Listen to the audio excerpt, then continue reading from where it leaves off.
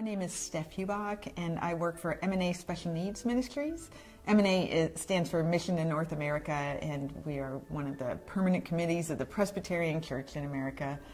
And as such, we are an outreach ministry of that permanent committee. So after all that, all that denominational explanation, basically we serve PCA churches and agencies in terms of helping congregations to minister to and alongside families touched by disability. I have a son with Down syndrome who's 23. I have another son, Fred, who's 25 and lives in the D.C. area, and married to my husband, Fred, who we've been married for 32 years. Yeah, at M&A Special Needs Ministries, our purpose statement is making the gospel, the good news of the coming of the kingdom, accessible to all in word and deed. And the way that we do that is we try to engage, educate, equip, and encourage congregations in the hows and whys of ministry to and alongside individuals and families touched by disability. So in terms of engagement, for a lot of churches, it's not even on their radar screen, and so we really try to raise awareness of the importance of reaching families touched by disability in your community and including people with disabilities in congregational life. As far as educating, for a lot of churches, there really isn't even a theological framework through which to think about disability, and so part of what we do is we provide education on how to think biblically about disability. We offer a class at our denominational seminary.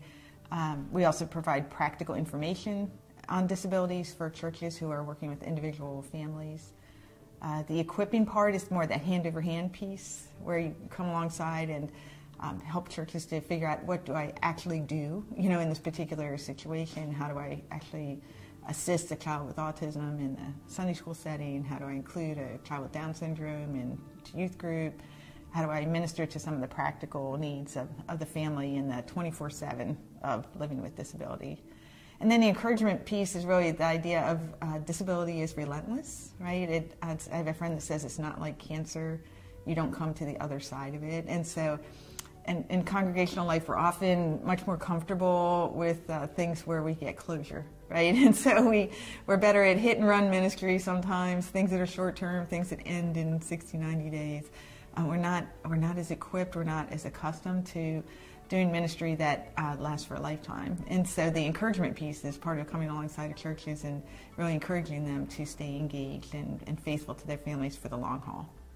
If you go back to this purpose of making the gospel, the good news of the coming of the kingdom, accessible to all in word and deed, part of what we're really trying to do is to help churches to have the materials that they need in order to make the gospel accessible to people with disabilities in congregational life. So for our denomination, one of the challenges has been in the area of curriculum. We work in a partnership with a group called Great Commission Publications that produces curriculum called Show Me Jesus, and it's used by a lot of Presbyterian and Baptist churches around the country. And so what we've done is we've put in for a pilot project that we recently got funded for, where we're working with Great Commission Publications to help produce a pilot run of 3rd and 4th grade curriculum, where we'll be offering something called a discovery box, which will be used as a tool for providing accommodations for kids with special needs in the context of an inclusive Sunday school setting. The most rewarding part of my work, what's interesting is because I'm in a little office in Lancaster, Pennsylvania, and our churches are all over the country, I don't always get to see what happens on the local level after I've talked to a family or talked to a pastor or talked to an elder. And actually see the outgrowth of that on a Sunday morning or at a Wednesday night event.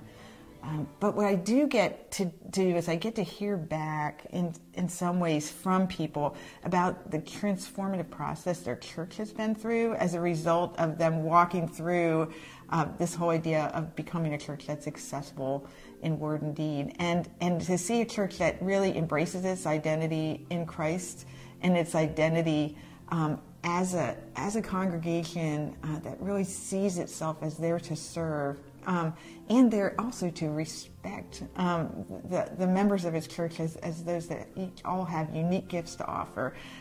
It's really exciting for me to see when that transformative process has taken place and to hear back from people about how that's happening in their church.